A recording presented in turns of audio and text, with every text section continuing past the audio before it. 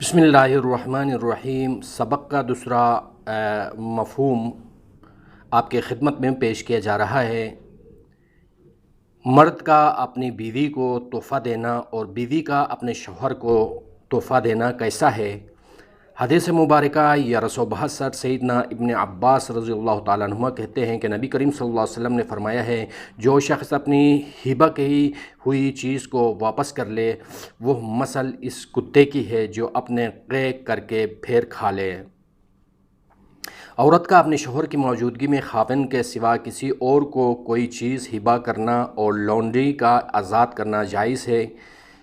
حدیث مبارکہ صحیح بخاری شریف 1163 ام المومنین میمونہ بنت حارث رضی اللہ تعالیٰ عنہ سے روایت ہے کہ انہوں نے اپنی ایک لونڈی کو آزاد کر دیا اور نبی کریم صلی اللہ علیہ وسلم سے اجازت نہیں لی۔ پھر جب ان کی باری کا دن آیا جس سے آپ صلی اللہ علیہ وسلم ان کے پاس تشریف لے جاتے تھے، تو انہوں نے عرض کی کہ کیا آپ کو معلوم ہے کہ میں نے اپنی لونڈی کو آزاد کر دیا ہے؟ آپ صلی اللہ علیہ وسلم نے فرمایا، کیا واقعی تم آزاد کر چکی ہو؟ انہوں نے عرض کی، جی ہاں۔ تو آپ صلی اللہ علیہ وسلم نے فرمایا، اگر تم اس لونڈی کو اپنے نانیال والوں کو دے دیتی تو اس میں تم کو زیادہ ثواب حاصل ہوتا۔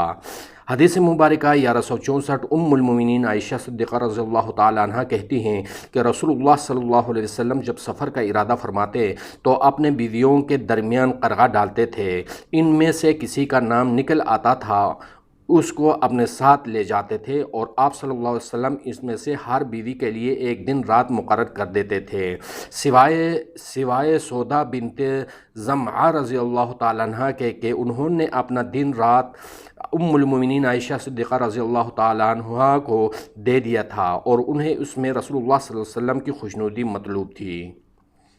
غلام پر اور اسباب پر کس طرح قبضہ کیا جائے۔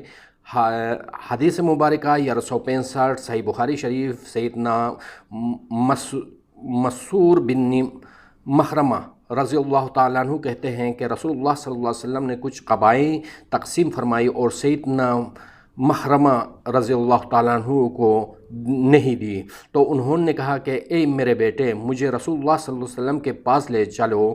چنانچہ میں اس کے ساتھ چلا گیا۔ پھر انہوں نے کہا کہ اندر جاؤ اور نبی کریم صلی اللہ علیہ وسلم کو میری طرف سے بلا لاؤ۔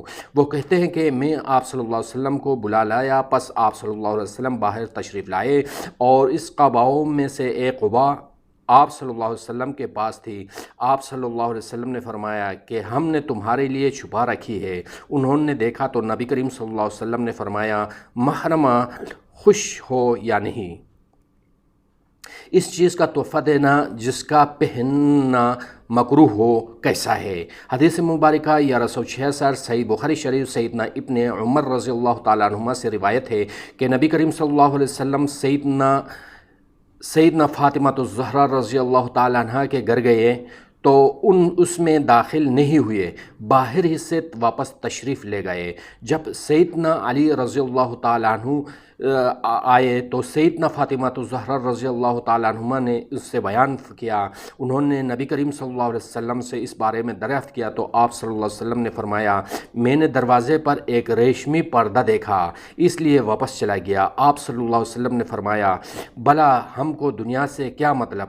پھر وہ گھر واپس گئے اور ان سے یہ بات بیان کر دی۔ سیدنا فاطمہ الزہرا رضی اللہ تعالیٰ عنہ نے کہا کہ آپ صلی اللہ علیہ وسلم اس بارے میں جو حکم دے وہی ہوگا۔ نبی کریم صلی اللہ علیہ وسلم نے فرمایا، یہ پردہ فلان حاجت مند لوگوں کو دے دے۔ حدیث مبارکہ 1167 صحیح بخاری شریف امیر المومنین سیدنا علی رضی اللہ تعالیٰ عنہ کہتے ہیں کہ نبی کریم صلی اللہ علیہ وسلم نے مجھے ایک دھار ریشمی جوڑا بھیجا، میں نے وہ پہن لیا۔ پھر آپ صلی اللہ علیہ وسلم کے چہرہ مبارک پر غصے کا اثر دیکھا تو میں نے اس کو پھاڑ کر اپنے رشتہ دار عورتوں میں تقسیم کر دیا۔ صدق اللہ العظیم۔ اگلے ایپیسوڈ تک اجازت دیجیے۔ اللہ نگہبان۔